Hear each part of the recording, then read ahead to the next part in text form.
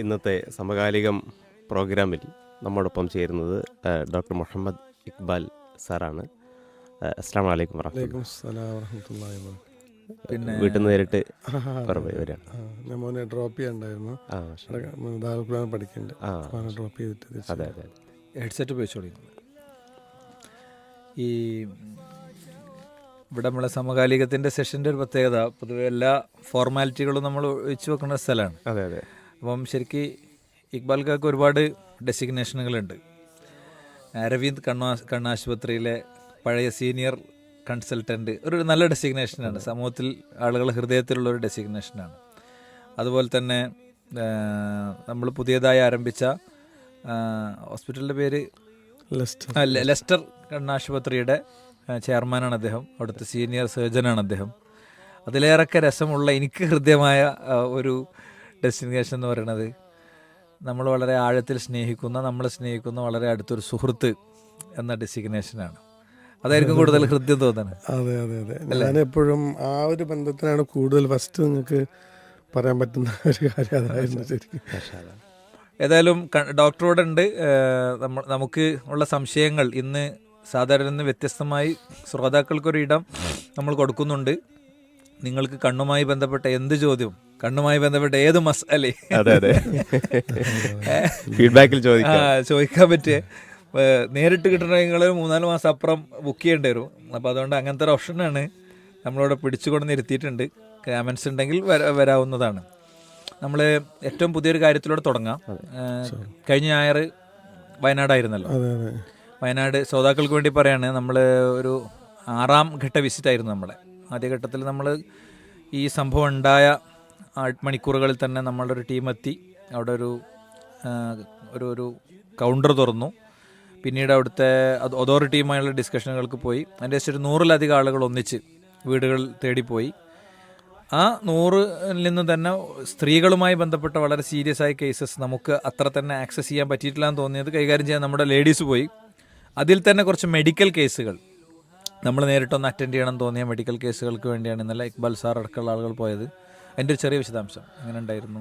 ഞങ്ങൾ രാവിലെ നേരത്തെ ഇവിടുന്ന് പുറപ്പെട്ട് ഏകദേശം 8 മണിക്ക് അവിടെ എത്തി. അവിടെ ചെറിയൊരു ബ്രീഫ്. ഇവിടുന്ന് 4 മണിക്ക് പുറപ്പെട്ടുണ്ടോ? അതെ അതെ, ഇപ്പം നമ്മളിൽ നിന്ന് 4 മണിക്ക് പുറപ്പെട്ടു. പിന്നെ അരീക്കോട് വഴി അങ്ങനെ റൂട്ടൊക്കെ ഞങ്ങൾ കുറച്ചൊരു ഈസിയർ ആയിട്ടുള്ള റൂട്ട് കണ്ടുപിടിച്ച് അങ്ങനെ അവിടെ എത്തി, അൽഹംദുലില്ലാ. പിന്നെ 8 മണിക്ക് അവിടെ ബ്രേക്ക്ഫാസ്റ്റ് ഒക്കെ കഴിഞ്ഞ് നമ്മൾ വീടുകളിലേക്ക് എത്തി. അപ്പോൾ വീടുകളിലെത്തിയപ്പം പിന്നെ എല്ലാവരെയും ഇപ്പോൾ ആ സംഭവം നടന്ന സ്ഥലത്തല്ലല്ലോ ആളുകളുള്ളത്, വേറെ സ്ഥലത്താണ് ഇപ്പോൾ ആളുകളൊക്കെ പുനരധിവസിപ്പിച്ചിട്ടുള്ളത്. അപ്പോൾ അവരുടെ കുടുംബങ്ങളിൽ നമ്മൾ മാക്സിമം എന്താ പറയുക, പിന്നെ എത്താൻ വേണ്ടിയിട്ട് ഓരോ ടീമായിട്ടാണ് നമ്മൾ പോയത്. അപ്പോൾ അതിലുള്ള മൊത്തത്തിലുള്ള ഒരു പിന്നെ സംഗതി എന്ന് പറഞ്ഞാൽ, പൊതുവേ നമുക്ക് കാണുമ്പോഴുള്ള ഒരു സംഗതി, അവരൊന്നും ആ ഷോക്കിൽ നിന്നും ഇപ്പോഴും പുറത്തിറങ്ങിയിട്ടില്ല. അതാണ് മെയിനായിട്ടുള്ള. അപ്പോൾ പുനരധിവാസമാണ് യഥാർത്ഥത്തിൽ നമ്മൾ കൂടുതൽ ശ്രദ്ധ കേന്ദ്രീകരിക്കേണ്ട ഒരവസ്ഥ എന്നുള്ളത്. ഇപ്പോൾ ഒരു വീട്ടിൽ നമ്മൾ ചെന്നപ്പോൾ ഒരു മൂത്ത മോള് സോഫ്റ്റ്വെയർ എഞ്ചിനീയർ ആയിരുന്നു. അപ്പോൾ പുതിയൊരു ജോലി തേടാൻ വേണ്ടിയിട്ട് അവരെന്ത് ചെയ്തു, പിന്നെ വീട്ടിലേക്ക് വന്നു. ഉള്ള ജോലി ഒഴിവാക്കിയിട്ട് വീട്ടിലേക്ക് വന്ന് അടുത്ത ജോലിയിലേക്കുള്ള ശ്രമത്തിൻ്റെ ഇടയിൽ ഇത് സംഭവിച്ചു. അപ്പോൾ ഞാൻ കയറി ചെല്ലുമ്പോൾ ഇവരെ ബെഡിൽ ഈ കുട്ടിയുടെ ഫോട്ടോ ഉണ്ട്. ഇത് ഫോട്ടോ ഫ്രെയിമാക്കി നല്ല ഉഷാറാക്കി അവിടെ വെച്ചിരിക്കുക. അപ്പോൾ എനിക്കപ്പം തന്നെ ഇത് സ്മെല്ല് ചെയ്തു, ഇതാണ് സംഭവം എന്നുള്ളത്. അപ്പോൾ ഞങ്ങൾ സംസാരിച്ചപ്പോൾ അവർക്ക് ഉണ്ടാക്കിയൊരു മാനസിക ആഘാതം എന്ന് പറയുന്നത് നമുക്കൊന്നും ഊഹിക്കാൻ കഴിയില്ല. നമ്മൾക്ക് ഒരു ചെറിയ അസുഖം വന്നാലും അല്ലെങ്കിൽ എന്തെങ്കിലും ക്രൈസ് വന്നു കഴിഞ്ഞാൽ നമുക്ക് ആ വിഷമമുണ്ടല്ലോ, അത് നമുക്കൊരു നമ്മുടെ ഒരു പാർട്ട്ണറോടോ അല്ലെങ്കിൽ സുഹൃത്തിനോടോ അല്ലെങ്കിൽ ആരോടോ പറഞ്ഞാലും നമുക്ക് അതിൻ്റെ ഒരു ഫുള്ളായിട്ട് പറഞ്ഞ് നമുക്ക് അറിയിക്കാൻ കഴിയില്ലല്ലോ. അതുപോലെ ഇവർക്ക് ഇവരുടെ മനസ്സിൽ ഉള്ളൊരു പ്രയാസങ്ങളുണ്ടല്ലോ, അത് വളരെ ഒരു എന്താ പറയുക, നമ്മൾ മനസ്സിലാക്കിയതിൽ അപ്പുറത്തെ ഒരു വിദൂരത്തായിട്ടുള്ള സ്ഥലത്താണ്. അപ്പോൾ അവരെ നമ്മൾ യഥാർത്ഥത്തിൽ ചെയ്യേണ്ട ഒരു സംഗതി എന്ന് വെച്ചാൽ അവരുടെ അടുത്തൊന്ന് പോയി ഇരുന്ന് അവരുടെതെല്ലാം കേട്ട് അവരുടെ പ്രയാസങ്ങൾക്കൊരു സജഷൻ കൊടുത്ത് ഓരോ കേസും ഒരു കേസ് ഫയലായിട്ട് എടുത്ത്, ഓരോരുത്തർക്കും ഓരോ പ്രശ്നങ്ങളുള്ളത്. ഇപ്പോൾ ഇവരെ സംബന്ധിച്ചിടത്തോളം ഇവർ രാത്രി ഒരു 10 മണി വരെ പുറത്ത് നടന്നുകൊണ്ടിരിക്കുക. വീട്ടിൽ വന്നു കഴിഞ്ഞാൽ ഈ ഓർമ്മകൾ വരികയാണ്. അപ്പോൾ ഞാൻ പറഞ്ഞു, നിങ്ങളെന്ന് ഈ ഫോട്ടോ പിന്നെ എന്തിനാണ് ഇങ്ങനെ ഫുൾ ടൈം ഇങ്ങനെ ബെഡിൽ വെക്കുന്നത്, അത് ഉള്ളിൽ വെച്ചൂടെ, മറ്റേതിപ്പോൾ നമ്മൾ എല്ലാ സമയത്തും ഇത് കാണുകയാണല്ലോ ചെയ്യുന്നത്. അപ്പോൾ ഞാൻ എൻ്റെതായിട്ടുള്ള ഒരു കുറേ കാര്യങ്ങളൊക്കെ ചെയ്തു. പിന്നെ അവരിപ്പോൾ ജോലിക്ക് പോകാൻ ചില പ്രയാസങ്ങളുണ്ട്, ഒരു കയ്യിലൊരു മുറിവുണ്ടായിരുന്നു. അപ്പോൾ അത് ഉണങ്ങി വരുന്നേ ഉള്ളൂ. കൈപ്പിഴ വൈഫ് ടൈലറാണ്, ഹസ്ബൻഡും ടൈലറാണ്, മെയിനായിട്ട് പിന്നെ ലേഡീസ് ടൈലറിങ് ആണ് ചെയ്തിട്ടുണ്ടായിരുന്നത്. അപ്പം അവരെ ഇപ്പോൾ ജോലിയിലേക്ക് തിരിച്ചു പോകാൻ താല്പര്യമുണ്ട്, പക്ഷെ ഒരു സ്റ്റാർട്ടിങ് ട്രബിൾ ഉണ്ട്, ഒരു ഇനർഷ്യ. അത് നമ്മളൊന്ന് താങ്ങിക്കൊടുത്താൽ അവർ ജോലിയിലേക്ക് പോകും. ഇപ്പോൾ ഇത് മാത്രമേ ചിന്തിക്കുന്നുള്ളൂ. അപ്പോൾ അവരെ വേറെ എന്തെങ്കിലും കാര്യങ്ങളിൽ എൻഗേജ് ചെയ്യിപ്പിച്ചിട്ട് അവർക്കൊരു ഫിനാൻഷ്യൽ ഒരു ചെറിയ സപ്പോർട്ട് അവർക്ക് കിട്ടുന്ന വിധത്തിൽ ചെയ്യുക. പിന്നെ എന്താ പറയുക, ഈ നിയമപരമായിട്ടുള്ള ചില കുരുക്കുകൾ പല ആളുകളുടെ സംഭവിച്ചപ്പോൾ നമുക്ക് തോന്നി. ഇപ്പോൾ ഒരു ഫാമിലിയിൽ കുറേ ആൾക്കാരുണ്ട്, ഹസ്ബൻഡ്, വൈഫുണ്ട്, പാരൻസ് ഉണ്ട്. അപ്പോൾ ഒരു റേഷൻ കാർഡാണ് ഉള്ളത്. അപ്പോൾ അവർക്ക് സഹായം ഒന്നല്ലേ കിട്ടുള്ളൂ. പക്ഷേ ഇവർ 2 വീട്ടിലാണ് താമസിക്കുന്നത്. അങ്ങനെ നമ്മൾ ഓരോ കേസും ഓരോ സ്റ്റഡി ആയിട്ട് എടുത്ത് അത് ഇൻഡിവിജ്വലായിട്ട് നമ്മളൊന്ന് അനലൈസ് ചെയ്ത് അവർക്കൊരു ഫീഡ്ബാക്ക് കോളുകൾ നടത്തി പിന്നെ അവർക്കൊരു സൈക്കോളജിക്കൽ സപ്പോർട്ട് ആവാം, ചിലപ്പോൾ ഫിനാൻഷ്യൽ സപ്പോർട്ട് ആവാം, അതല്ലെങ്കിൽ മോറൽ സപ്പോർട്ട് ആവാം, അല്ലെങ്കിൽ ഒരു ഈ എന്താ പറയുക ഔദ്യോഗികമായിട്ടുള്ള നമ്മുടെ ഈ കുരുക്കുകളുണ്ടല്ലോ അതൊന്ന് ബൈപ്പാസ് ചെയ്യാനുള്ളൊരു സഹായമാവാം. അപ്പോൾ ഓരോർക്ക് വേണ്ടത് ഓരോ സ്ഥലത്താണ്, ഓരോ ഏരിയ ആണ്. അപ്പോൾ ആ ഏരിയ ഏതാണെന്നുള്ളത് കണ്ടുപിടിക്കേണ്ടത് നമുക്കൊരു ചെറിയ ഉത്തരവാദിത്തമുണ്ട്. ഇപ്പോൾ ഒരുവിധം എല്ലാവരും ഫീൽഡിൽ നിന്ന് അവിടെ നിന്ന് ഇറങ്ങിയിട്ടുണ്ട്. ഇപ്പോൾ കുറച്ച് ആളുകൾ മാത്രമേ ഫീൽഡിലുള്ളൂ. നമ്മുടെ കൂടുതലൊരു പയ്യനായിരുന്നു കൂടെ വന്നത്. അപ്പോൾ അവൻ ചെയ്ത ഒരു ഇത് പറഞ്ഞാൽ അവൻ പോകുമ്പോൾ അവനറിയാം, അവനെല്ലാവരും അറിയാം. അപ്പോൾ അവൻ 2 മാസമായിട്ട് അവൻ്റെ ടീം അവിടെ ഉണ്ട്. അപ്പോൾ എനിക്കത് ഭയങ്കര, കാരണം ഞാൻ നിങ്ങളാണ് വന്നപ്പോൾ അല്ലല്ല മോനെ ഞങ്ങളറിയാം. അപ്പോൾ നമുക്കൊരു ഇൻട്രൊഡക്ഷൻ ആവശ്യം പലപ്പോഴും വന്നില്ല. പിന്നെ നമ്മൾ ഡോക്ടേഴ്സാണ് അവരുടെ അടുത്ത് പോയി എന്ന് പറഞ്ഞപ്പോൾ അവർ ഓക്കെ ഇവിടുന്ന് വരുന്നത് ഇന്നതാണെന്ന് പറയുമ്പോൾ അവർക്ക് ഇതിൽ വലിയൊരു ആശ്വാസമുണ്ട്. നമ്മളോരോ കാര്യങ്ങൾ പറയുന്ന സമയത്ത് ഇപ്പോൾ ഒരു കണ്ണിൻ്റെ ഒരു പേഷ്യൻ്റ് ആയത്, അപ്പോൾ അവർ ചെന്ന സമയത്ത് തന്നെ അത് കണ്ണുമായി ബന്ധപ്പെട്ട ഒരു വിഷയം കൂടി ഞാൻ പറയുന്നത്. അപ്പോൾ അവർ പറഞ്ഞു ഇങ്ങനെ ഒരു ഹോസ്പിറ്റലിൽ നിന്ന് ഞാൻ കണ്ണിൻ്റെ ഇങ്ങനെ ട്രീറ്റ്മെൻറ്റ് ചെയ്തു. അപ്പോൾ ട്രീറ്റ്മെൻറ്റ് ചെയ്തതിന് ശേഷം ഉള്ളതും പോയി, ചെയ്തതിന് ശേഷം ഉള്ളതാണ് നമുക്ക് ചർച്ചയിലേക്ക് കൊണ്ടുവരാവുന്ന ഒരു ടോപ്പിക്കാണ്. അപ്പോൾ അവർക്ക് പിന്നെ എന്താ പറയുക, ഇപ്പോൾ ട്രീറ്റ്മെൻറ്റ് ചെയ്യാനുള്ള ഒരു പ്രയാസമുണ്ട്, പോകാനുള്ളതാവാം. ഇപ്പോൾ ഒരാൾ പറഞ്ഞൊരു സംഗതി എന്ന് വെച്ചാൽ ഞങ്ങൾ ഈ പിന്നെ ഓരോ സ്ഥലങ്ങളിൽ പിന്നെ ഗവൺമെൻറ് സ്ഥാപനങ്ങളിൽ പോയിട്ടാണ് ഇപ്പോൾ നമ്മൾ സമയം വെറുതെ ചിലവാകുന്നത്. നമ്മളെ കാര്യങ്ങൾ ചെയ്യാൻ സമയമില്ല, ഫയൽ മൂവ്മെൻറ്റിന് വേണ്ടിയിട്ട് ഫോളോ അപ്പ് എന്നുള്ളത്. അപ്പോൾ അങ്ങനത്തെ ഒരു ഫീഡ്ബാക്ക് കിട്ടി. അപ്പോൾ ഈ ഓരോ പിന്നെ പ്രയാസങ്ങൾ അവർക്കുള്ള സമയത്ത് അവരെ നമ്മളൊന്ന് ഒരു ചേർത്ത് പിടിച്ചിട്ട് അവരുടെ പ്രയാസങ്ങൾ നമ്മൾ നിങ്ങളെ കൂടെ ഉണ്ട് എന്നുള്ളൊരു ഫീലിംഗ് കൊടുത്താൽ അവർക്ക് പ്രയാസങ്ങളൊക്കെ മാറുമെന്നാണ് മനസ്സിലാകുന്നത്. അപ്പോൾ ഓരോ രീതിയിലുള്ള പ്രയാസങ്ങളാണ് ഓരോരുത്തർ അനുഭവിക്കുന്നത്. ചിലർക്ക് നമുക്ക് എന്താ പറയുക ജസ്റ്റ് ഒന്ന് വിളി മാത്രം മതിയാവും, ചിലർക്ക് ഒരു പക്ഷേ സാമ്പത്തിക സഹായം വേണ്ടി വരും. അങ്ങനെ ഓരോ വിഷയവും ഒരു കേസ് ആയിട്ട് എടുക്കണം. നമ്മളെ കഴിഞ്ഞ സെഷന്റെ ബാക്ക്ഗ്രൗണ്ട് റണ്ണിങ് ഉണ്ട്, ആ ബാക്ക്ഗ്രൗണ്ട് ഒന്ന് കട്ട് ചെയ്യാം. ടെക്നിക്കൽ ഡെസ്ക് ബാക്ക്ഗ്രൗണ്ട് കട്ട് ചെയ്യാറ് കഴിഞ്ഞ സെഷൻ അവർ കണ്ടിന്യൂ ചെയ്തായിരിക്കും. ഇപ്പം ഇതിൽ ഡോക്ടർ പറഞ്ഞ ഒരു ഭയങ്കര ഇമ്പോർട്ടൻറ്റ് പോയിന്റ് ആണ്, റിയാലിറ്റി ശരിക്കും അപഗ്രഥനം ചെയ്തുകൊണ്ടുള്ള ഓരോ കേസും അങ്ങനെ അപഗ്രഥിച്ച് തന്നെ പോകാം. ഇപ്പം ഇന്നലെ നിങ്ങൾ വയനാട്ടിലാകുമ്പോൾ തന്നെ നമ്മുടെ സിവിൽ എഞ്ചിനീയേഴ്സ് കോൺഫറൻസ് ഉണ്ടായിരുന്നു. സിവിൽ എഞ്ചിനീയേഴ്സ് കോൺഫറൻസ് ഡെവലപ്പ് ചെയ്തത് ഇതിമെന്നാണ്, ഈ ചിന്തമെന്നാണ്. അതായത് നമ്മളവിടെ പുത്തുമലയിൽ പോയി, പലയിടത്തും പോയപ്പോൾ അവിടുത്തെ പഴയ പിന്നെ കഴിഞ്ഞ വർഷങ്ങളിലുണ്ടായ ലാൻഡ് സ്ലൈഡിൻ്റെ അടിസ്ഥാനത്തിൽ പുനരധിവാസം നടന്നെടുത്തുള്ള കൺസ്ട്രക്ഷൻ ഫെയിലിയേഴ്സ് അതിമെന്നാണ് ചർച്ച തുടങ്ങിയത്. അപ്പം ശരിക്കും വയനാട്ടിൽ എങ്ങനെയാണ് വീട് നിർമ്മിക്കേണ്ടത് അടക്കമുള്ള എഞ്ചിനീയറിംഗ് സ്കെച്ചൊക്കെ കുട്ടികളെ അവിടെ അവതരിപ്പിച്ചു. മാത്രമല്ല അവരെങ്ങനെ ഫോളോ അപ്പ് ചെയ്യണം. ഒരു 200 അടുത്ത ആളുണ്ടായിരുന്നു. നല്ല സെഷനായിരുന്നു. നമ്മൾ കുറച്ചുകൂടി ഈ ഒരു വിഷയത്തിൻ്റെ മർമ്മത്തിലേക്ക് വരികയാണെങ്കിൽ, ഇപ്പം ഞങ്ങൾ പോയപ്പോൾ കാഴ്ച മങ്ങിയ ആളുകളൊക്കെ ധാരാളം കണ്ടു.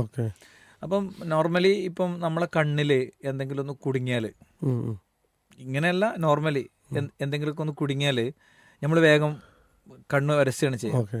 കണ്ണിൽ എന്തെങ്കിലും ഒന്ന് കുടുങ്ങിയാൽ എന്താണ് ചെയ്യേണ്ടതെന്നുള്ളതാണ്. ഈ കണ്ണിൽ ഇപ്പം നിങ്ങൾ ശ്രദ്ധിച്ചിട്ടുണ്ടെന്നില്ല, ഇപ്പം നമ്മളെ തൊലിയിൽ ഇപ്പോൾ ഒരു സാധനം തട്ടിക്കഴിഞ്ഞാലേ നമുക്ക് അത്ര ഇറിറ്റേഷൻ ഇല്ലല്ലോ. അതെന്താണെങ്കിൽ കണ്ണിൻ്റെ ഈ തലയുടെ ഭാഗത്തും കണ്ണിൻ്റെ ഭാഗത്തൊക്കെ നെർവ്സ്, അതായത് സെൻസേഷൻ പെട്ടെന്ന് സ്മെല്ല് ചെയ്യാൻ വെച്ച് ഞാൻ മനസ്സിലാക്കാനുള്ള തരത്തിലുള്ള നെർവ് സപ്ലൈ ഉണ്ട്. അപ്പോൾ അതുകൊണ്ടാണ് യഥാർത്ഥത്തിൽ ഈ സംഭവം പെട്ടെന്ന് നമുക്ക് ഫീൽ ചെയ്യണത്. അതിപ്പം കണ്ണിൻ്റെ ഉള്ളിൽ പ്രത്യേകിച്ചും പിന്നെ നെർവ്സൊക്കെ വളരെ കൂടുതൽ ഓവറധികം സെൻസേഷൻസ് ഉള്ള സ്ഥലമാണ്. അപ്പോൾ ചെറിയൊരു പൊടി പോയി കഴിഞ്ഞാൽ അത് നമുക്ക് പൊടി പോയ ഒരു വ്യക്തി ഇപ്പോൾ രാത്രി 10 മണിക്ക് വിളിക്കുമ്പോൾ പിന്നെ പൊടി പോയിട്ടുണ്ടെന്ന് പറയുമ്പോൾ എനിക്കത് മനസ്സിലാക്കാൻ കഴിയും. അതുകൊണ്ടുണ്ടാക്കുന്ന പ്രശ്നങ്ങൾ, അതുകൊണ്ടാകുന്ന അവരുടെ പ്രയാസങ്ങൾ നമുക്ക് മനസ്സിലാക്കാൻ കഴിയും, അതായത് ഇവരത്രമാത്രം ബുദ്ധിമുട്ടുണ്ട് എന്നുള്ളത്. അപ്പോൾ നമ്മൾ സാധാരണ തിരുമുന്നതിന് ഒഴിവാക്കുകയാണ് നല്ലത്. തിരുമുന്നത് ഒഴിവാക്കാം. പണ്ട് നമ്മൾ ചെറിയ കുട്ടിയാക്കുന്ന സമയത്ത് ഈ വെള്ളത്തിൽ അതിപ്പോഴും ചില ആളുകൾക്ക് അതില്ല അല്ല ആ ഒരു സംഗതി ഉണ്ടല്ലോ. അതായത് കണ്ണിൻ്റെ ഉള്ളിൽ സാധാരണ പൊടിയൊക്കെ പോയി കഴിഞ്ഞാൽ സാധാരണ ഇത് എങ്ങനെ പോവാന്ന് പറഞ്ഞാൽ നേരെ ഉള്ളിലൊക്കെ പോവാം. നമ്മളെ പോളൻ്റെ ഉൾഭാഗത്തുണ്ടല്ലോ. അപ്പം നമ്മൾ സാധാരണ എന്തെങ്കിലും പൊടി ഉണ്ട് എന്ന് പറഞ്ഞാൽ നേരെ ജസ്റ്റ് ഒന്ന് നോക്കും. പിന്നെ നമ്മൾ അടുത്തതായിട്ട് നോക്കുന്നത് ഈ പോളൻ്റെ അകത്താണ് പൊതുവെ നോക്കുക. കാരണം ഇവൻ അവിടെ പോയിട്ടാണ് ഇരിക്കുക. അപ്പോൾ പറ്റുമെങ്കിൽ ഇപ്പോൾ ചെറിയ കുട്ടികളായപ്പോൾ നമ്മളെ ഇങ്ങനെ ഈ ഒരു കളി ഉണ്ടല്ലോ, പോളൊക്കെ തിരിച്ചിട്ടില്ല എന്നിട്ട് ആൾക്കാരെ പേടിപ്പിക്കാനുള്ള അതൊക്കെ എല്ലാവർക്കും പ്രാക്ടീസ് ചെയ്യാൻ ശരിക്കും. കാരണം അതിൻ്റെ ആ ഭാഗത്തായിരിക്കുമല്ലോ ഉള്ളവ. അപ്പോൾ ചിലർക്കൊക്കെ കാണാൻ പറ്റും അവിടെ എന്തെങ്കിലും പൊടിയുണ്ടെങ്കിൽ. എന്നിട്ട് വേണമെന്നുണ്ടെങ്കിൽ എന്തെങ്കിലും പിന്നെ ക്ലീൻ ആയിട്ടുള്ള വെള്ളം എന്തെങ്കിലും വേണമെന്നുണ്ടെങ്കിൽ എടുത്ത് ക്ലീൻ ചെയ്യാം. അതല്ലെങ്കിൽ ഞാൻ പൊതുവേ ചെയ്യുന്നതിൻ്റെ നമ്മൾക്ക് ലൂബ്രിക്കേറ്റിംഗ് ഡ്രോപ്സ് ഒക്കെ ഉണ്ടാവുമല്ലോ, ആ ഡ്രോപ്സ് എന്തെങ്കിലും ഉപയോഗിച്ച് കഴിഞ്ഞാൽ തന്നെ ചിലപ്പം പോവും. അതുപോലെ തന്നെ ഈ ബഡ്സിൻ്റെതൊക്കെ വെച്ചിട്ട് അതിപ്പം എന്താ പറയുക, പോളൻ്റെ ഉൾവശത്താകുമ്പോൾ അത്ര പ്രശ്നമല്ല. നമ്മളെ കൃഷ്ണമണിൻ്റെ കറുത്ത ആ ഭാഗത്താകുമ്പോഴാണ് ശരിക്ക് നമ്മൾ ശ്രദ്ധിക്കേണ്ടത്. ബാക്കിയുള്ള സ്ഥലത്ത് ഒരു പൊടി ജസ്റ്റ് പിന്നെ എടുക്കുന്നതിനോ പ്രത്യേകിച്ച് പ്രശ്നങ്ങളൊന്നുമില്ല. തിരുമാതിരിക്കുന്നതാണ് നല്ലത്. കാരണം തിരുമ്മി കഴിഞ്ഞാൽ ഇത് അവിടെ ടൊരയും, അത് മുറിവുണ്ടാവും, അത് ചിലപ്പോൾ പിന്നെ ഇൻഫെക്ഷനായിട്ട് മാറാൻ സാധ്യതയുണ്ട്. തിരുമുന്നത് ഒഴിവാക്കുന്നതാണ് നല്ലത്. പിന്നെ എന്താ പറയുക, ഇങ്ങനത്തെ ലൂബ്രിക്കേറ്റിംഗ് ആയാലും എന്തെങ്കിലും ഡ്രോപ്സ് അതിന് പ്രത്യേകിച്ച് സൈഡ് എഫക്റ്റ് ഒന്നുമില്ല. അപ്പം അങ്ങനത്തെ ഡ്രോപ്സ് എന്തെങ്കിലും ഒറ്റിച്ച് കഴിഞ്ഞാൽ ചിലപ്പോൾ അതിൻ്റെ ആ ഫോഴ്സ് കൊണ്ട് പിന്നെ അത് ഓട്ടോമാറ്റിക്കലി വാഷായി പോകാനുള്ള സാധ്യതയുണ്ട്. പിന്നെ പ്രയാസം പിന്നെയും തുടരുകയാണെന്നുണ്ടെങ്കിൽ ആരെങ്കിലും കാണിക്കുന്നതാണ്. നമ്മളായിട്ട് റിസ്ക് എടുത്തിട്ട് ഇപ്പം എന്തെങ്കിലും പിന്നെ ഷാർപ്പ് ഒബ്ജക്ട്സ് കൊണ്ടോ അത് എപ്പോഴും ഡേഞ്ചർ തന്നെയാണ്. ഇപ്പോൾ ബഡ്സ് പറഞ്ഞു പോളെ തിരിച്ചിട്ട് നമുക്ക് കാണാൻ പറ്റുന്നെങ്കിൽ അത് ജസ്റ്റ് എടുക്കാം, വാഷ് ചെയ്യാം, അതൊക്കെ ചെയ്യാം. അതെ.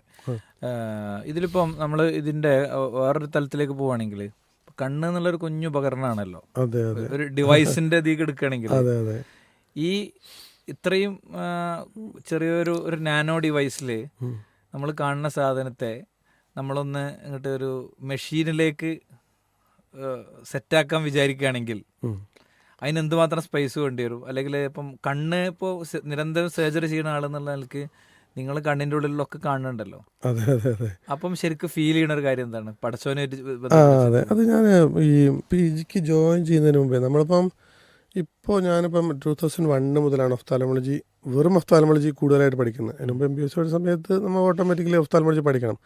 2001 മുതൽ ഇപ്പോൾ ഞാൻ പഠിച്ചുകൊണ്ടിരിക്കുക. കാരണം അപ്ഡേറ്റ്സ് ഉണ്ടെങ്കിൽ ഒരു പക്ഷേ പേഷ്യൻസാണ് ഇപ്പോൾ അടുത്ത് ഈ പിന്നെ വെള്ളെഴുത്തിനുള്ള ഒരു ഡ്രോപ്സ് എന്ന് പറഞ്ഞിട്ടൊരു ന്യൂസ് ഉണ്ടായിരുന്നു. അപ്പോൾ ഓട്ടോമാറ്റിക്കലി അത് അന്ന് തന്നെ ചോദ്യം വരും എനിക്ക് പേഷ്യൻസിൻ്റെ അടുത്ത്. അപ്പോൾ നമ്മൾ അപ്ഡേറ്റ്സ് ചെയ്യേണ്ട ആവശ്യമാണ് ഒന്ന്. രണ്ടാമത് തീർച്ചയായിട്ടും രോഗികളോട് നമുക്ക് ഇപ്പോൾ ഉള്ള അപ്ഡേറ്റ്സ് പറയണമല്ലോ. അവരിങ്ങോട്ട് ചോദിച്ചിട്ടില്ലെങ്കിൽ നമ്മൾ പറയേണ്ട ആവശ്യമുണ്ടല്ലോ. അപ്പോൾ കണ്ണിനെ പറ്റി പഠിച്ചപ്പോൾ എനിക്ക് കിട്ടിയ ഒരു മെസ്സേജ് എന്താണെന്നുണ്ടെങ്കിൽ ഇത് ഭയങ്കര സംഭവം തന്നെയാണ്. ഇതിൻ്റെ പിന്നിൽ ഇപ്പോൾ നമുക്ക് ഓരോ സാധനങ്ങളിലും ഇപ്പോൾ നമ്മളൊരു എന്തെങ്കിലും സാധനങ്ങൾ ഉണ്ടാക്കുന്നു, ഒരു ടേബിൾ ഉണ്ടാക്കുന്നു, അതല്ലെങ്കിൽ ഒരു സോഫ്റ്റ്വെയർ ഡെവലപ്പ് ചെയ്യുന്നു, ഉണ്ടാക്കുക, ക്രിയേറ്റ് ചെയ്യുക, അല്ലെങ്കിൽ discover what ever it is. അപ്പം അങ്ങനെ ഉണ്ടാക്കുന്ന സമയത്ത് നമുക്ക് അതിൽ എന്തെങ്കിലും ഒരു ഡിഫക്റ്റ്, ഇപ്പോൾ ഒരു പൂവുണ്ട്, ഇപ്പോൾ ചില ഫ്ലവേഴ്സൊക്കെ നമ്മൾ ഈ മല ഇറങ്ങി പോരുമ്പോൾ ഉള്ള ചില പൂവുകളൊക്കെ ഉണ്ട്, അതിൻ്റെ കളറിൻ്റെ ആ കോമ്പിനേഷനും സാധനങ്ങളൊക്കെ നിങ്ങൾ ഒന്നൊന്ന് സൂം ചെയ്തിട്ട് നോക്കുകയാണെന്നുണ്ടെങ്കിൽ അത് വേറെ ഒരു ലെവലാണ്. അപ്പം അതിൻ്റെ ഈ കണ്ണിൻ്റെ വിഷയത്തിൽ എന്താ വെച്ചാൽ കുറേ സ്ട്രക്ചേഴ്സ് ഉണ്ട്. കുറേ സ്ട്രക്ചേഴ്സ് പറഞ്ഞാൽ ഇത്ര ഇതിൻ്റെ ഉള്ളിൽ ഒരു 24 ml ഇത്ര ചെറിയൊരു സ്പേസിൻ്റെ ഉള്ളിലാണ് ഇതെല്ലാം പാടെ പിന്നെ ഓർഗനൈസ് ചെയ്ത് വെച്ചിരിക്കുന്നത്. ചിലപ്പോൾ പണ്ട് ഒരു തമാശ പറയാറുണ്ട്, ഈ വാച്ച് അയച്ചു കഴിഞ്ഞാൽ പിന്നെ കുറേ സാധനങ്ങൾ ചിലപ്പോൾ ഉള്ളിൽ തിരിച്ച് കയറ്റാൻ പറ്റില്ല. അതേമാതിരി കണ്ണിൻ്റെ ഉള്ളിൽ കുറേ സാധനങ്ങൾ വളരെ കോമ്പാക്റ്റ് ആയിട്ടും അതിൻ്റെ ഏത് സ്ഥലത്ത് ഇന്നത് വെക്കണം എന്നുള്ളതൊക്കെ ഉള്ളൊരു ആംഗിള്, അതുപോലെ ഈ നെർവ്സ് മുകളിലേക്ക് പോകുന്ന സംഭവം. അപ്പോൾ ഇതിപ്പം സിമ്പിളായിട്ട് പറയുകയാണെന്നുണ്ടെങ്കിൽ ഇപ്പോൾ സാധാരണഗതിയിൽ ഇഞ്ചുറീസ് ഒന്നും കണ്ണിന് അങ്ങനെ അഫക്റ്റഡ് ആവില്ല. കാരണം ഈ പ്രൊട്ടക്ഷൻ ഉണ്ടല്ലോ. ഈ സാധനം കണ്ണ് ഈ ലെവലിലല്ല ഉള്ളത്, അത് കുറച്ച് ഉള്ളിലേക്കാണ്. സിമ്പിളായിട്ട് നോക്കുകയാണെന്നുണ്ടെങ്കിൽ കുറച്ച് ഉള്ളിലേക്കാണ്. അപ്പം തട്ട് എല്ലിൻ്റെ പുറത്താണ്. ഒരു പെട്ടെന്ന് അടികെട്ട് കാണുന്നുണ്ടെങ്കിൽ ഈ എല്ലിൻ്റെ പുറത്താണ്, കാരണം അത് കുറച്ച് ഉള്ളിലാണുള്ളത്. ഒരു പ്രൊട്ടക്റ്റീവ് മെക്കാനിസം ഞാനൊരു ഓരോ ലെവലിലെ ചർച്ചയാണ് പോകുന്നത്. അപ്പോൾ പ്രൊട്ടക്റ്റീവ് മെക്കാനിസം ഒന്ന് എല്ലിൻ്റെത്, അത് അതിൻ്റെ ഉള്ളിലാണ് ഉള്ളത് ഒന്ന്. രണ്ടാമത്തത് നമ്മുടെ പോള ഉണ്ടല്ലോ, പോള ഓട്ടോമാറ്റിക്കലി വർക്ക് ചെയ്തുകൊണ്ടിരിക്കുകയാണ്, നമ്മളറിയാതെ നമുക്ക് വേണ്ടി പണിയെടുത്തുകൊണ്ടിരിക്കുകയാണ്. എന്താണ് എൻ്റെ ഫംഗ്ഷൻ? ഇത് ഫുൾ പ്രൊട്ടക്റ്റ് ചെയ്ത് നിർത്തണം ഒന്ന്. രണ്ടാമത്തത് പിന്നെ ഈ പോള ചില ആളുകൾക്ക് ഇപ്പോൾ ഫേഷ്യൽ പാൾസി എന്ന് പറഞ്ഞാൽ ഇപ്പം വായ കോടിപ്പോകുന്ന രസമുണ്ടല്ലോ, ഇത് കോടിപ്പോയി കഴിഞ്ഞാൽ കണ്ണ് അടയൂല. അപ്പോൾ ഓട്ടോമാറ്റിക്കലി അടയുന്നത് കണ്ണിൻ്റെ ആരോഗ്യത്തിനും കണ്ണിൻ്റെ നിലനിൽപ്പിനും ആവശ്യമാണ്. അപ്പോൾ കണ്ണ് ഓട്ടോമാറ്റിക്കലി ഉറങ്ങുന്ന സമയത്ത് നമ്മൾ ഈ ബ്ലിങ്കിങ് ഉണ്ടാവില്ലല്ലോ. അതെ. അപ്പോൾ ഉറങ്ങുന്ന സമയത്ത് കണ്ണ് ഫുള്ള് അടഞ്ഞ് കിടക്കൽ നമ്മളെ കണ്ണിൻ്റെ ആരോഗ്യത്തിന് ആവശ്യമാണ്. അപ്പോൾ ഈ സംഗതി ഇപ്പം ബ്ലോക്ക് ആയി കഴിഞ്ഞാൽ, ഇപ്പോൾ ഈ ഫേഷ്യൽ പാൽസി വന്നു കഴിഞ്ഞാൽ ഇത് അടയില്ല. അപ്പോൾ നമ്മൾ ഓട്ടോമാറ്റിക്കലി പേഷ്യൻസിനോട് പറയും, നിങ്ങൾ ഒന്നുകിൽ ഇവിടെ പിടിച്ചിട്ട് കണ്ണടച്ചിട്ട് ഉറങ്ങണം, അതല്ലെങ്കിൽ ഇവിടുന്ന് പ്ലാസ്റ്റർ വെച്ചിട്ട് ഒട്ടിക്കണം, അതല്ലെങ്കിൽ ചില ആളുകൾക്ക് ഇതൊന്നും വർക്ക് ചെയ്യില്ല. അപ്പോൾ നമ്മൾ സ്റ്റിച്ച് ഇട്ടിട്ട് കണ്ണടച്ച് നോക്കും, കംപ്ലീറ്റ് ക്ലോസ് ചെയ്യുക. എന്നിട്ട് ഈ മെക്കാനിസം പഴയ പോലെ ആയിക്കഴിഞ്ഞാലേ നമ്മൾ കട്ട് ചെയ്ത് ഓപ്പൺ ചെയ്യുള്ളൂ. അപ്പം നമ്മൾ ഈ കണ്ണ് അടഞ്ഞുകൊണ്ടിരിക്കുന്നത്, ഉറങ്ങുന്ന സമയത്ത് കണ്ണ് അടയൽ കണ്ണിന് അത്യാവശ്യമാണ്. അത് നമ്മളാരും വിചാരിച്ചിട്ടാണ് അപ്പോൾ കണ്ണടയുന്നത്. ഓക്കെ, നമ്മൾ പിന്നെ ഓക്കെ ഞാൻ ഉറങ്ങാൻ പോകണം, കണ്ണടക്കട്ടെ, ആരും വിചാരിച്ചില്ലല്ലോ അപ്പോൾ അതറിയണത്. അതുകൊണ്ട് അറിയല്ലേ, ഒരു സ്വിച്ച് ഓഫാക്കി. അതല്ലല്ലോ നമ്മൾ. പിന്നെ രണ്ടാമത്തെ നമ്മൾ സംസാരിക്കുന്നു, ഞാൻ ഇപ്പോൾ എത്ര പ്രാവശ്യം കണ്ണിൽ ഇങ്ങനെ കണ്ണ് അടഞ്ഞുകൊണ്ടിരിക്കണില്ലേ, അത് വേറെ മെക്കാനിസം. വേറെ മെക്കാനിസം എന്ന് പറഞ്ഞാൽ കണ്ണിന് നമ്മളൊക്കെ ഭക്ഷണം കഴിക്കണ പോലെ കണ്ണിൻ്റെ ഭക്ഷണമാണ് കണ്ണുനീര്. കണ്ണുനീര് കണ്ണിൻ്റെ ഭക്ഷണമാണ്. കണ്ണുനീരില്ലെങ്കിൽ കണ്ണ് പോയി. കണ്ണുനീര് വേണം.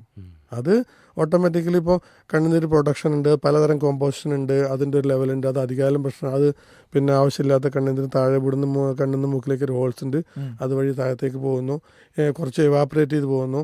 പിന്നെ ചില സമയത്ത് AC ഇങ്ങനത്തെ സാധനങ്ങളൊക്കെ ഉപയോഗിക്കുമ്പോൾ ചിലർക്ക് ഡ്രൈനസ് വരാം. അപ്പോൾ കണ്ണുനീരിൻ്റെ ഒരു സാധാരണ തലത്തിലുള്ള അളവ് കണ്ണിൻ്റെ ആരോഗ്യത്തിന് അത്യാവശ്യമാണ്. അപ്പോൾ ഈ കണ്ണിൻ്റെ ബ്ലിങ്കിങ് ഉദ്ദേശം എന്താണെന്ന് വെച്ചാൽ ഈ പ്രൊഡ്യൂസ് ചെയ്യുന്ന കണ്ണുനീര് എല്ലാ സ്ഥലത്തും സ്പ്രെഡ് ചെയ്യുക എന്നുള്ളതാണ് കണ്ണുനീരിൻ്റെ ഈ പുകളടയുന്നതിൻ്റെ ബ്ലിങ്കിങ് റേറ്റ്. അപ്പോൾ ഈ ഡ്രൈനസ് വരുമല്ലേ, ഇപ്പോൾ നമ്മളൊരു സാധനത്തിലേക്ക് സ്റ്റെയർ ചെയ്ത് നോക്കിക്കഴിഞ്ഞാൽ എന്താ സംഭവിക്കുക, ഈ ബ്ലിങ്കിങ്ങിൻ്റെ റേറ്റ് കുറയും. കമ്പ്യൂട്ടർ യൂസേഴ്സ് അല്ലെങ്കിൽ മൊബൈൽ കയറി ഉപയോഗിക്കുമ്പോൾ ഇങ്ങനത്തെ സമയത്തൊക്കെ ബ്ലിങ്കിങ്ങിൻ്റെ റേറ്റ് കുറയും. അതുപോലെ AC കൂടുതൽ ഉപയോഗിക്കുമ്പോൾ എന്താ പറയുക, കണ്ണുനീര് കുറേ ഇവാപ്പറേറ്റ് ചെയ്ത് പോകും. അപ്പോൾ ഡ്രൈനസ് വരും, അപ്പോൾ സിംറ്റംസ് വരും. ഇപ്പോൾ നമ്മളെ പല ആളുകൾ കമ്പ്യൂട്ടർ യൂസേഴ്സ്, സോഫ്റ്റ്വെയർ എഞ്ചിനീയേഴ്സ് ഒക്കെ വരാറുണ്ട്. ഡ്രൈനസ് വന്നു കഴിഞ്ഞാൽ ബുദ്ധിമുട്ട് വളരെ കൂടുതലാണ്.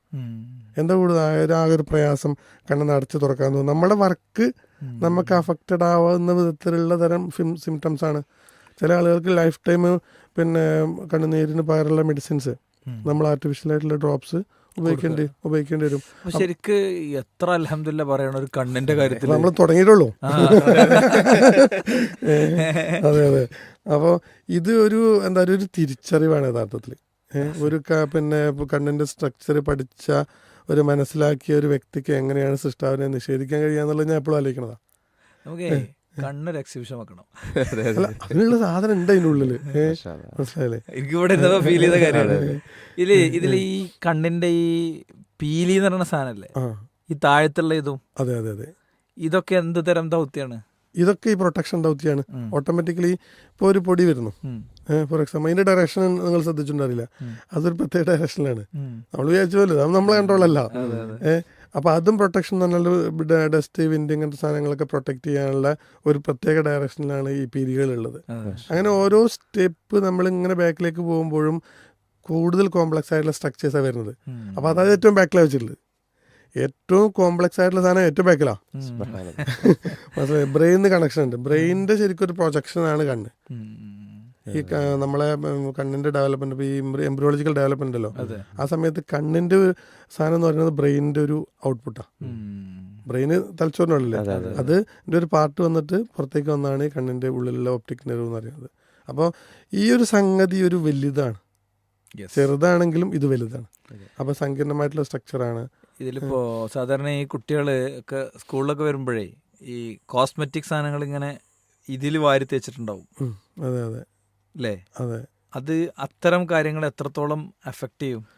അതായത് ഇപ്പോൾ ഈ നോർമലി ചില ആളുകൾക്ക് ഇതിനോട് അലർജി ഉണ്ടാവാറുണ്ട്, ഈ സാധനം കൊണ്ട് അലർജി ഉണ്ടാവാറുണ്ട്. രണ്ടാമത്തത് നമ്മുടെ നോർമലി കണ്ണിൻ്റെ പോളയിൽ, ഇപ്പം ഞാൻ ചില സമയത്ത് പിന്നെ ചില പേഷ്യൻസിനോട് ചോദിക്കും, കാരണം പിന്നെ കൺമിഷൻ്റെ ഫാക്ടറി എന്തുണ്ടോ ചോദിക്കും. ഡോക്ടറെ ചോദിക്കുന്നുള്ളതിന് ബഷീർ, എനിക്ക് പേഴ്സണലി ഉള്ള ഒരു അനുഭവം പറയാം. വളരെ വർഷങ്ങൾക്ക് മുമ്പാണ് ഞാൻ എൻ്റെ മോനെ ഡോക്ടറെ അടുത്ത് കാണിക്കാൻ വേണ്ടി ചെല്ലുമ്പോൾ ഡോക്ടർ ഒരു പേഷ്യൻറ്റിനോട് ഇങ്ങനെ സംസാരിക്കുകയാണ്. അപ്പോൾ ഇരുന്നിട്ട് സംസാരിക്കണത് ആ പേഷ്യൻറ്റിൻ്റെ കണ്ണ് കാണിക്കാനാണല്ലോ വന്നത്. നിങ്ങൾക്ക് കണ്ണിലുള്ളിലേറെ വലിയ നഷ്ടമുള്ളൊരു കാര്യം ഞാൻ പറയാറുണ്ട് ഡോക്ടർ. ഞാൻ അങ്ങനെ ലൈവായിട്ട് കാണുകയാണ്. അപ്പോൾ അടുത്ത പേഷ്യൻറ്റിന് വേണ്ടിയിട്ട് ഇവിടെ ഇങ്ങനെ നമ്മൾ വെയിറ്റ് ചെയ്യുമല്ലോ, ആ സമയത്ത് കാണുകയാണ്. അപ്പോൾ ഒരു ഏലസ് കെട്ടിയിട്ടുണ്ട് ഈ പേഷ്യൻറ്റിൻ്റെ കയ്യിൽ. അപ്പോൾ ഡോക്ടർ അത് ഫുള്ളാണ്ട് വിശദീകരിച്ച് കംപ്ലീറ്റ് പറഞ്ഞു കൊടുത്ത് അവസാനം ആ പേഷ്യൻ്റ് എന്ത് ചെയ്തു, എന്നാ ഞാൻ പൊട്ടിച്ചോളാന്ന് പറഞ്ഞു. മാഷാ ആ അത് ഞാൻ ഭയങ്കരമായിട്ട് ലൈവായിട്ട് കണ്ടൊരു സംഭവമാണ്. നമുക്ക് ശരിക്കും ഈ പ്രൊഫഷണൽസിൻ്റെ ഇടയിലുള്ള നമ്മുടെ ഒരു ദവാ വർക്കുകളുടെ ഒരു പ്രചോദനമാണ് ഇങ്ങനത്തെ ചില കാഴ്ചകൾ. തീർച്ചയായും. ഞാൻ ഡോക്ടറെ പേര് പറയാതെ ഞാനത് പലപ്പോഴും പറയാറുണ്ട്. അതെ അതെ. അപ്പോൾ ഞാൻ മൂപ്പര് പിന്നെ നിലവിൽ പേഷ്യൻറ്റിനോട് അങ്ങനെ ചോദിച്ചു എന്ന് പറഞ്ഞപ്പോൾ പറഞ്ഞാണ് ഞാൻ. ആ വിഷയത്തിൽ സംസാരിക്കുമ്പോഴേ പൊതുവെ ആളുകൾ പിന്നെ ഇപ്പോഴത്തെ ഒരു പുതിയ ഒരു പ്രശ്നങ്ങളുണ്ട്. ഓരോരോ പ്രശ്നങ്ങൾ വരുമ്പോഴും നമ്മൾ ഒരു പക്ഷേ ഞാൻ മനസ്സിലാക്കിയത് ഒരു ചെറിയൊരു 30 സെക്കൻഡ് എക്സ്ട്രാ സ്പെൻഡ് ചെയ്താൽ അത് അവർക്ക് ഉണ്ടാക്കുന്ന ഇമ്പാക്റ്റ് വളരെ വളരെ വലുതാണ്. കൂടുതലാണ്. അതെ. അപ്പോൾ ഞാൻ ചിലരോട് ചോദിക്കും, നിങ്ങളിപ്പോൾ എന്താ വളരെ നിങ്ങളൊക്കെ വളരെ വെൽ ഡ്രസ്ഡ് ആണല്ലോ, ശരിക്കും ഹിജാബൊക്കെ ഫോളോ ചെയ്തിട്ടാണല്ലോ നിങ്ങൾ ഡ്രസ്സ് ചെയ്തിട്ടില്ല, നിങ്ങൾ മോളെന്താ അങ്ങനെ അങ്ങനെ ചോദിക്കും. അല്ല ഞാൻ പിന്നെ ഇതിപ്പോൾ എന്താ എനിക്ക് ഇങ്ങോട്ട് കോർഡിനേറ്റ് ചെയ്യാൻ പറ്റില്ല, എന്താ സംഭവം. ഇപ്പോൾ നിങ്ങൾ ഇങ്ങനെ വളരെ ഡീസൻ്റ് ആയി നടക്കണത്, അവളിപ്പോൾ ഇങ്ങനത്തെ ഒരു ജീൻസും ടീഷർട്ടും ലിപ്സ്റ്റിക്കും ഒക്കെ ഇട്ട് പിന്നെ എന്താ പറയുക ഡ്രസ്സ് ധരിച്ചിട്ടുണ്ട് പക്ഷെ ധരിച്ചിട്ടില്ല. അപ്പം ഞാൻ അവരോട് കഴിഞ്ഞ പ്രാവശ്യം ഇടയ്ക്ക് ഇങ്ങനത്തെ പേഷ്യൻസൊക്കെ ഇപ്പോൾ വളരെ കൂടുതലാണ്. അപ്പോൾ ഈ ഒരു ഇതുണ്ടല്ലോ മദർ ഇങ്ങനെയും മോൾ ഇങ്ങനെയുള്ള.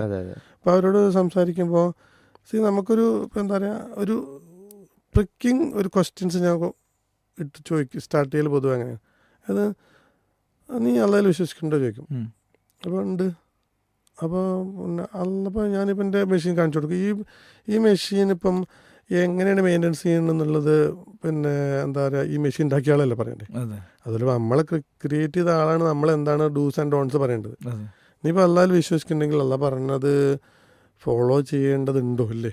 അത് സ്വർഗത്തിൽ വിശ്വസിക്കുന്നുണ്ടെങ്കിൽ നമ്മളത് എന്താ പറയുക പോലെ ഫോളോ ചെയ്യണ്ടേ. അപ്പോൾ ഓരോരോ ക്വസ്റ്റ്യൻസിൽ അങ്ങനെ ഇട്ടിട്ട് നമ്മൾ ചെറിയൊരു 1-2 മിനിറ്റ് മതി ശരിക്ക്. അപ്പോൾ അത് പൊതുവെ എന്താ പറയുക നമ്മൾ ഇടപെട്ട് കഴിഞ്ഞാലേ ഉമ്മ പറയുന്നതിനേക്കാൾ അല്ലെങ്കിൽ വേറൊരു ടോക്ക് കേൾക്കുന്നതിനേക്കാൾ ഒരു പക്ഷേ ആളുകൾക്ക് സ്വാധീനം ചെലുത്തിയേക്കാം എന്നൊരു തോന്നലുണ്ടായതുകൊണ്ട് ഞാൻ നിങ്ങളുടെ സെയിം പ്രൊഫഷനിലുള്ള ആളുകൾ ഇപ്പൊ ഒരു ഗവൺമെന്റ് സെക്ടറിൽ വർക്ക് ചെയ്യുന്ന ഒരാളെ സംബന്ധിച്ചിടത്തോളം അല്ല, അയാൾക്ക് അയാളുടെ കുറച്ചുകൂടി ഗവൺമെന്റ് റെഗുലേഷൻസ് ഉണ്ടല്ലോ, അതുകൊണ്ട് ഇങ്ങനത്തെ ഒരു ഏരിയക്ക് പോണതിന് പരിമിതി ഉണ്ട്. നേരെ തിരിച്ചിപ്പോൾ നിങ്ങളൊക്കെ പോലെ പ്രൈവറ്റ് സെക്ടറിൽ സ്വന്തം സ്ഥാപനത്തിലൊക്കെ ഉള്ള ആളുകളാണെങ്കിലും ഇങ്ങനത്തെ വിഷയത്തേക്ക് കടന്നാൽ അത് പേഷ്യൻറ്റിൻ്റെ എണ്ണത്തെ ബാധിക്കുമോ എന്നൊക്കെയുള്ള ഭയം ആളുകൾക്ക് ഉണ്ടാവും. നിങ്ങളൊരു എക്സ്പീരിയൻസ് എന്താണ്?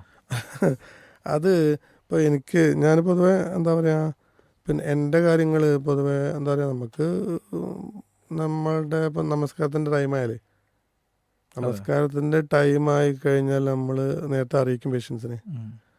പിന്നെ നമസ്കാരമുണ്ട്, ഇന്ന സ്ഥലത്താണ് ആളുകൾക്ക് സ്ത്രീകൾക്ക് ഇവിടെ സൗകര്യം ഉണ്ടെന്നുള്ളൊരു ഇൻഫർമേഷൻ അവിടെ കൊടുക്കും, ഓഡിയോ കൊടുക്കും.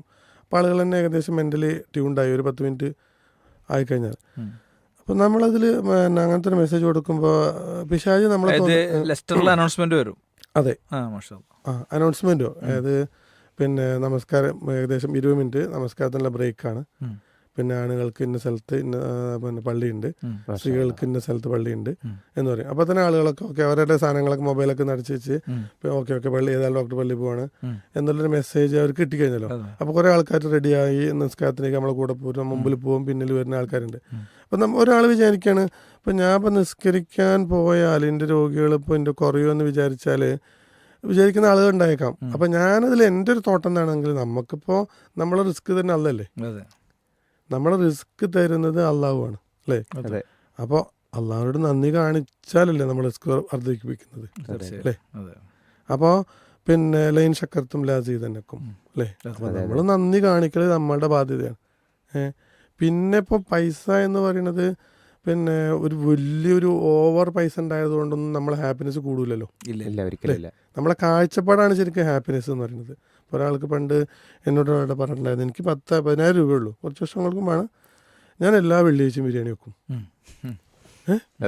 എല്ലാ നേരം ഞാൻ പള്ളിയിൽ പോകും, 5 നേരം ഞാൻ പള്ളിയിൽ പോകും, ഞാൻ ഭയങ്കര ഹാപ്പിയാണ്.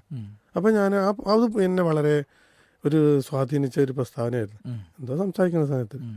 അപ്പോൾ നമ്മൾ പൈസ കൂടി എന്നതുകൊണ്ട് ആരുടെയും ഹാപ്പിനെസ് ഒരിക്കലും കൂടാൻ പോകുന്നില്ല. നമ്മളെ കാഴ്ചപ്പാട് മാറിയാൽ തന്നെ ഹാപ്പിനെസ് വരുള്ളൂ. കോടികളുണ്ടെങ്കിലും കാഴ്ചപ്പാട് മോശമാണെന്നുണ്ടെങ്കിൽ അതിനപ്പുറമാണ് എനിക്ക് 100 കോടി ഉണ്ട് അല്ല 200 കോടി ആക്കണം എന്നുള്ള കാഴ്ചപ്പാടിലൂടെ എങ്ങനെ ഹാപ്പിനെസ് വരിക അല്ലേ. അപ്പോൾ നമ്മളുടെ ഈ പിന്നെ ചെറിയ ചെറിയ കുഞ്ഞു ഇടപെടലുകൾ പിന്നെ രോഗികൾക്കിടയിൽ ഉണ്ടാക്കുമ്പോൾ അത് യഥാർത്ഥത്തിൽ നമുക്ക് പരലോകത്തിലേക്കുള്ളൊരു മുതൽക്കൂട്ടാണ് ഒന്ന്. രണ്ടാമത്തത് പിന്നെ ഒരു പിന്നെ രോഗിയെ ഇപ്പോൾ ഒരാൾ വിചാരിക്കണം അപ്പോൾ അയാൾ അങ്ങനെയൊക്കെ പറഞ്ഞില്ല അത് പോകണ്ടെന്ന് വിചാരിച്ചാൽ നമുക്ക് അതിന് പകരം പഠിച്ചാൽ 10 ആളെ തരും. ഉറപ്പായിട്ടും അതാണ് അതെ, കൃത്യമായ കാര്യം. ഞാൻ എൻ്റെ വിശ്വാസം അതാണ്. അതെ അതെ. അത് തന്നിട്ടുമുണ്ട് തരുന്നുണ്ട്. അപ്പോൾ നമ്മൾ അങ്ങനത്തെ ഒരു രീതിയിലുള്ള ചിന്ത ശരിക്കും പിശാചിൽ നിന്നും ഉടലെടുക്കുന്നതാണ്. നമ്മൾ ദൈവത്തിലോ അല്ലെങ്കിൽ ആളുകളുടെ ഇങ്ങനത്തെ കാര്യങ്ങളിലോ നമ്മൾ നിസ്കാരത്തിലോ നമ്മളുടെ വ്യക്തിപരമായ കാര്യങ്ങളിലോ അള്ളാഹുവിനോടുള്ള ബാധ്യത നിർവഹിക്കുന്നത് നമ്മളുടെ വരുമാനത്തെ രോഗികളെ കുറയ്ക്കുമെന്ന് വിചാരിക്കുന്നത് പിശാചിൽ നിന്നുള്ള ചിന്തയാണ്. തീർച്ചയായും. താജിക്ക നേരത്തെ ഓഫർ നൽകിയതുകൊണ്ട് കുറെ ഫീഡ്ബാക്കുകൾ വന്നിട്ടുണ്ട്. ഓപ്പറേഷൻ ഇല്ലാതെ കാഴ്ചക്കുറവിനുള്ള കണ്ണട ഒഴിവാക്കാം എന്ന് പരസ്യങ്ങൾ കാണുന്നു. ഇത് വിജയകരമാണോ? ചിലവ് താങ്ങാവുന്നതാണോ എന്ന് ഇബ്രാഹിം നെല്ലിക്കുഴിയുടെ ഒരു ചോദ്യമുണ്ട്. ഓപ്പറേഷൻ ഇല്ലാതെ കണ്ണിൻ്റെ കാഴ്ച ശരിയാക്കാം. ഇത് ഇപ്പം പലതരത്തിലുള്ള വാഗ്ദാനങ്ങൾ ഉണ്ടാവും. എന്താണ് ഇത് ഉദ്ദേശിക്കുന്നതെന്ന് എനിക്ക് ഞാൻ പറയാം 2 എണ്ണം. ഒന്ന് പിന്നെ ഈ ലെൻസൊക്കെ വെച്ചിട്ടുള്ള ലേസർ പരിപാടിയൊക്കെ ഉണ്ടല്ലോ, അതായിരിക്കും ഒന്ന് അതായിരിക്കാം. അതായത് ഇപ്പം സാധാരണഗതിയിൽ ഇപ്പോൾ കാഴ്ചക്കുറവ് പലതരത്തിലുള്ള കാഴ്ചക്കുറവുണ്ട്.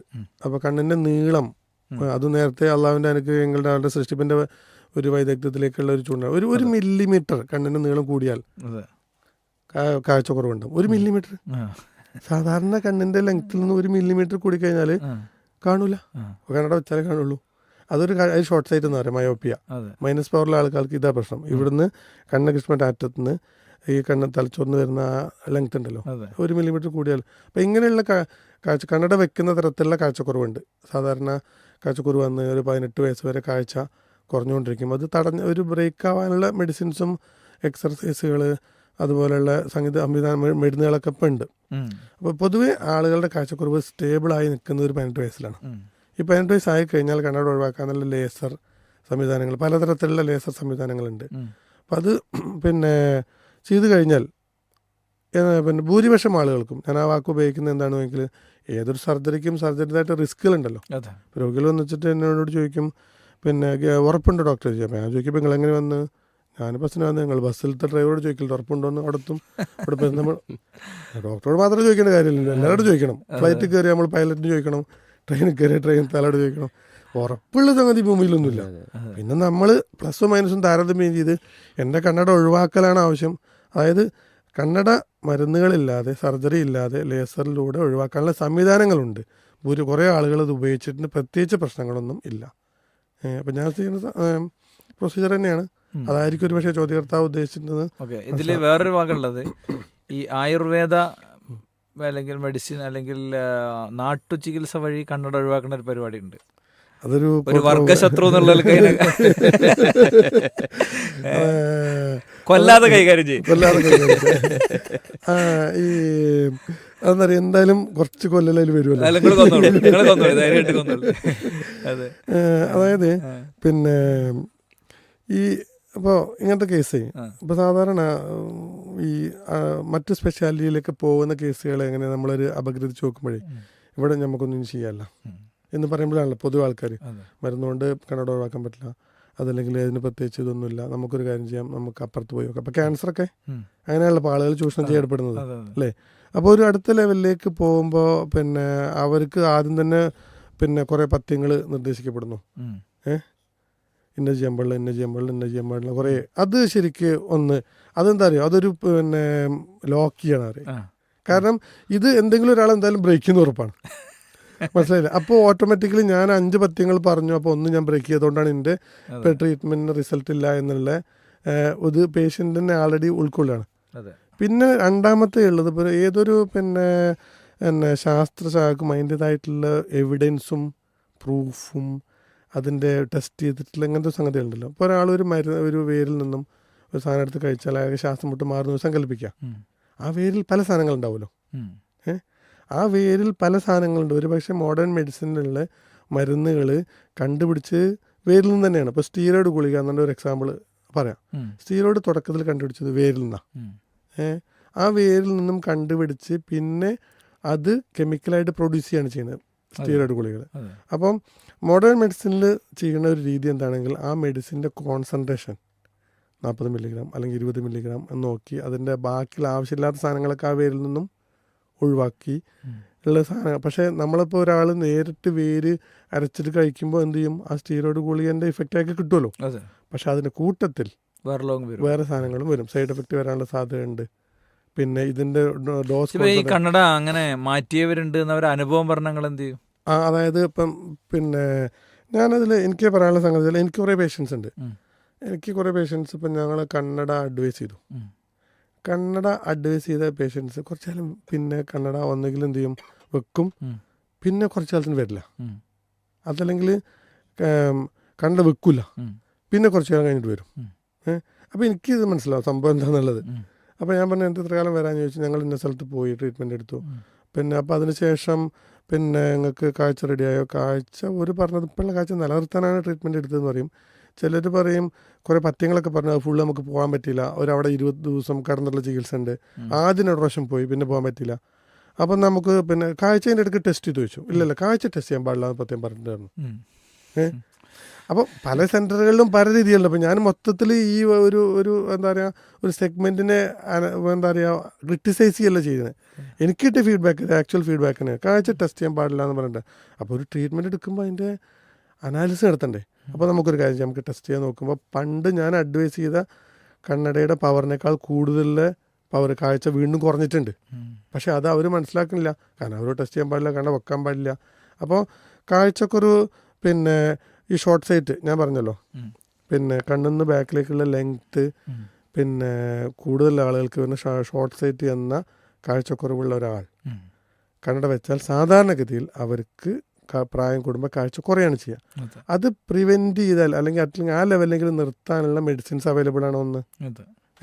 അപ്പോൾ ആ മെഡിസിനുള്ള വേറെ എന്തെങ്കിലും തരത്തിലുള്ള വേരിൻ്റെ കാര്യം പറഞ്ഞില്ലേ, അതിപ്പോൾ ഒരാൾ ഉപയോഗിച്ച് കഴിഞ്ഞാൽ ആ പ്രൊട്ടക്ഷൻ ഒരു പക്ഷേ കിട്ടിയേക്കാം.